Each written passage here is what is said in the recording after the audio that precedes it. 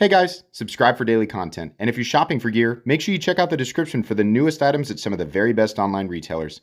There's also links for some of the items that I personally recommend. Thanks!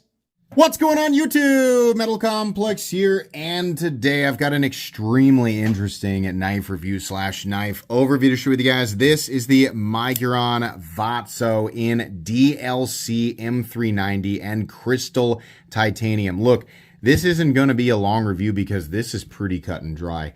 Obviously, crossbar locks are not new and special or interesting, and that's far from what's interesting about this knife. The most interesting thing is simply the combination of the blade material finish on the blade and, of course, the crystallized titanium, and the fact that it comes in at $150. That is ridiculous. It's an extremely good price. But I can get the Kershaw Livewire Magna Cut for $150 and it's made in the USA. Yeah, but it's not DLC coated and it's not titanium. And if it was, it would be substantially more. This is a really good deal when you stack it up against reasonable competition. I mean, it's just insane. And it's no surprise that it's made by Miguron. Miguron is always pushing that sort of price barrier for what you're getting. So if you like these materials and the finishes, right, then you're probably really going to like the price tag. I'm going to link it down in the description. You guys can check it out. But still, I'm going to go over all the details and I want to tell you about it. But the end of this video is going to result in me recommending it. That's just like for people who are wanting to know whether or not, right? Sure. Yeah, it's a very recommendable knife. So the link's down there. Thanks to Miguron for sending it in. Thanks to my patrons for supporting me. Let's go over the specs super duper quick here. Overall length is coming in at 7 inches. It is a compact knife, but not a tiny knife. 3 1/8 for cutting edge and about 2.85, 3 1/8 for blade length and 2.85 for cutting edge. Let's go ahead and do some size comparisons. Any custom scales in this section can be found down in the description under Original Goat and others. So up against my own full-size Excalibur and mini Excalibur. The mini Excalibur is 7.5 inches, so this is a little bit smaller, but the cutting edge is actually pretty darn close. My mini Excalibur just a little bit more there.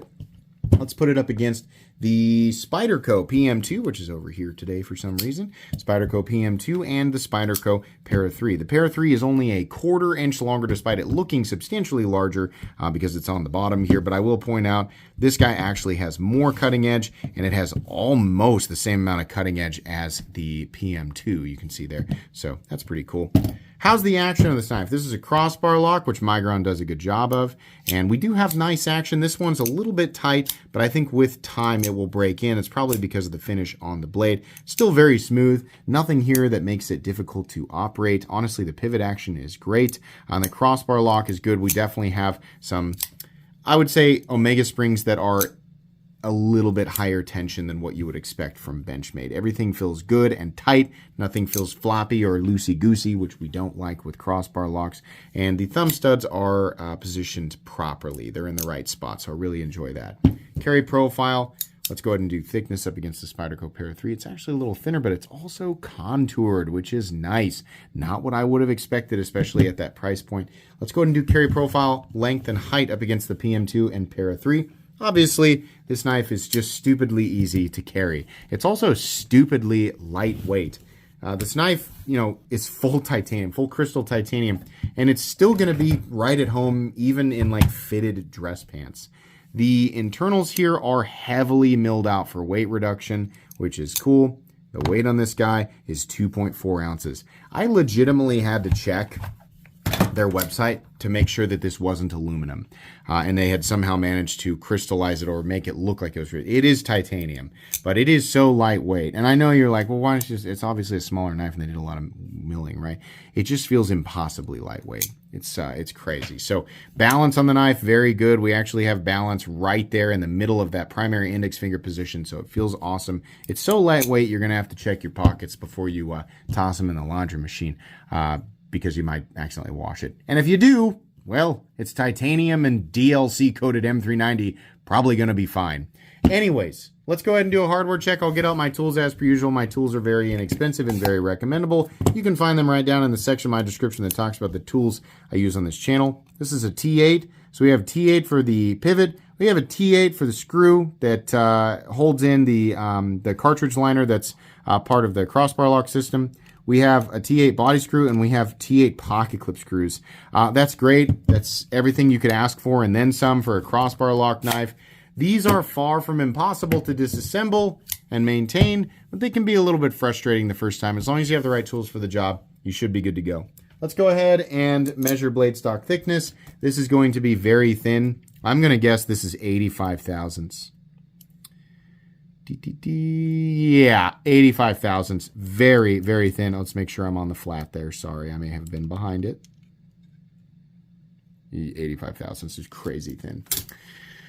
Meat and potatoes time. I've seen this profile many, many times. We have sort of a, I don't know, you can call that reverse tanto, sheep's foot, whatever you want to call it. Absolutely wonderful for day to day because you can do those nice draw cuts, getting your finger up here for control. You also have a nice belly. It is stupidly thin behind the edge, which let's go ahead and address the HRC range. I have been bringing this up in every single review I've done of Miguron knives, and I've also brought this up directly to them. The HRC range should be improved from 59 to 61 to 60 to 62 bare minimum. Obviously, M390 can go up to about 64 before it starts to become really problematic, and honestly, 64 makes it pretty chippy. You could make that argument even for 63. I don't want to split hairs here. There's a knife choke in there somewhere. I don't want to get into that. I don't want to get into the weeds of that, right?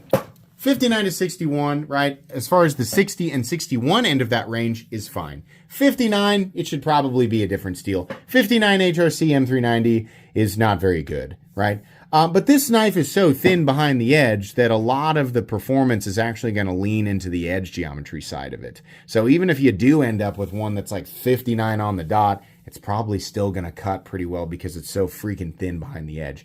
That being said, I still would prefer that their range is bumped up to a bare minimum of 60 to 62. In this case, I wouldn't let that range hold you back because the price is just too good and the blade is so freaking thin. Just an absolutely wonderful EDC blade. Very thin, but the jimping does still manage to be very, very functional. Very grippy, actually. Very comfortable ergonomics here. This is very friendly to the hands. Pocket clip, interesting. It's a little bit long, but not bad. I mean, honestly, ergonomically, it doesn't create a hot spot. And in and out of the pocket, it's a breeze. Finally, mounting position for lefties. No brainer. They finally did it. That's absolutely excellent. Thumb studs, very easy on the hand. Absolutely love it. Edge bevel is consistent. It's even on both sides. DLC finish looks great. These knives are going to be incredibly difficult to scratch. What do we have here? Hogue Deca and Magnica. This would be 62 to 64 HRC, right? So we have some like little lines here from me dragging that blade back and forth. But DLC is very, very, very hard. So it's not going to show up. It's just going to be the same exact sort of thing. Might still be like some just sort of smudge lines. But ultimately, anything left over in a finish like this is much more likely to actually be the pulverized material of whatever you were rubbing into the blade than it is likely to be an actual scratch, which is why people get so confused with Spyderco's chalky DLC. They're like, I touched it with a push pin and it scratched it. It probably didn't. You probably ground the push pin head into the little micro pores of the DLC. So hot soap and water and then something like break-free CLP will actually clean it up completely. I can even take my Maximate Para 3 here, which is probably 67 or even 68 HRC. We can do that. I got a little squeaky there at the end. I know that that's going to be really painful for people to listen to. But even something like that, we'll have to really get this wiped off because I'm sure I actually did grind the tip of that down a little bit into that surface. But even something like that isn't going to do anything to DLC. I mean, this stuff is really, really durable. Now, could you could you set this down on your driveway and stand on it and like drag your foot across it and grind the blade into your concrete driveway? Would there be scratches on it then? Maybe, because concrete has little rocks in it and you're also putting, presumably your entire body weight on it. But you have to ask yourself, is that what you expect? That type of force and pressure and hardness, is that what you expect to come in contact with the blade? If the answer is yes, the tool for you is probably not a pocket knife. I don't know what the right tool is, but it's not that, right? Maybe a jackhammer. But Yeah, really durable is the whole point there. So that's cool. Love the crystal titanium. That'll scratch. Titanium, shiny titanium, that will. But the crystallization and ultimately the finish there, it kind of looks like tumbling, so it'll hide it pretty well. As far as like it being a slippery surface, it is, but you have some nice lock-in positions, so it's good. Probably not the best knife to use in a wet environment. They should make a version of this that's textured. That would be a good idea. Couple of standoffs here. That's probably partially how they managed to keep the price down, not doing something like a backspacer. It's impressive that they went ahead with a milled pocket clip and not a stamped one. You have a little lanyard hole there that's totally out of the way, so that's fine. Stop pin located in its general position. No blade play up, down, left, or right. No lock stick, no pivot lash. Pretty smooth, just slightly tied out of the, because this is a pretty darn new knife. And then a nice snap into the closed position with absolutely perfect centering. Is it worth $150? You betcha. You betcha. It's an incredibly well-priced knife. But I don't care about titanium or DLC. Then go buy the Kershaw, Bel Air. Go buy that. Did I say Livewire at the beginning? I can't remember. Like, if you're the Mickey Mouse voice, and I'm like, yeah, obviously this has elements that the Bel Air doesn't have, right? Kershaw will never make a DLC-coated titanium Bel Air for the same price.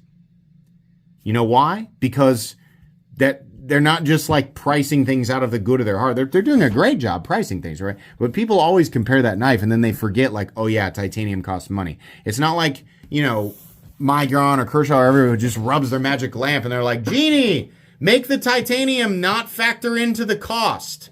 It's a huge factor. It's substantially more of a factor than people realize. People will run out and go, the cost of titanium isn't even that high. Well, the cost of titanium isn't that high. Yeah, but the cost of machining it. The cost of machining it, let alone contouring the damn stuff. Oh my God, then you have, in this case, the crystallization process, which isn't enormously expensive, but it does add costs. Like, these are costs that must be factored in, right? And also at these tolerances, which are not the same as your cousin, Jethro hammering out some freaking titanium scales in his backyard. He's not doing that at 1/1000th of an inch or better in terms of tolerances. These costs are there. They are factored in. It doesn't matter if they are automated or not. You still have to account for the time and, the overall machining process. Obviously, machines don't operate infinitely with zero maintenance costs or calibration costs. You have, of course, the bits that wear down. I mean, there's a number of things, despite the fact that this is being done in China. If Kershaw tried to make exactly this in Bel Air form, you would be paying $300 plus. Period. That's what you would pay for it. If they tried to do this exactly in the form of the Bel Air M390, DLC, and titanium, crystallized and contoured, $300 plus. So at $150, this is an absolutely exceptional deal. I know people are going, why is he hammering this in with the Bel Air? I say a bunch of people. What I mean is, if this video over the course of a week gets 5,000 views, there'll be like 7 people who say the Bel Air. I mean, like, that's just facts, right? So even though it's only 7 people, and presumably like 50 more who just aren't actually vocalizing it in the comments, there's your answer. This is an exceptional value. Exceptional. Highly recommendable. It's going to go in my most recommended knives playlist because I could honestly recommend this to just about anybody. Nice work from Miguron. Hope to see more like this. Make a big one. Come on, guys. Make a big one. Make one that's 8.25 inches or so, maybe 8 inches minimum, right? Let's say you got to bump the price up to $170. Who cares? Make a big one. That would be awesome. That's going to be it for me today. Please make sure to follow me on Instagram at metal_complex. If you enjoyed this video, leave a like. If you'd like to check out my other content, I do, of course, have lots of videos of knives that are either expensive or inexpensive that I do or don't like, so check those out. And if you enjoy all my content, go ahead and click on that Metal Complex logo right there and subscribe because there's definitely more coming. Thanks again for watching, everybody, and have a great day.